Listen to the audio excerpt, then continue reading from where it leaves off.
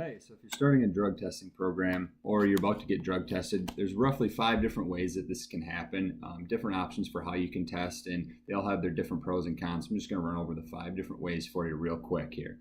First one is urine testing, probably the most common and most known among people in society.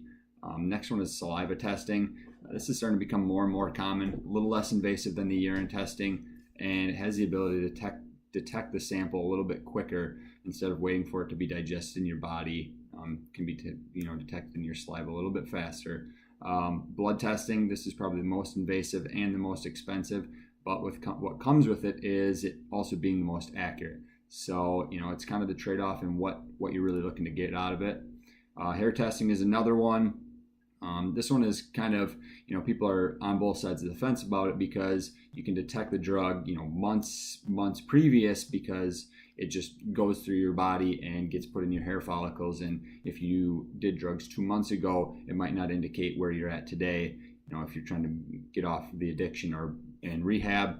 The last one is just the sweat test. Essentially, it's like a patch that you can wear for drug testing, or this new up and coming one where they just take your fingerprint and detect the drugs through your sweat particles there. So if you're doing a drug testing program or thinking about it, these are some of your options, and just decide based on what you're looking for, what works for you. Thanks.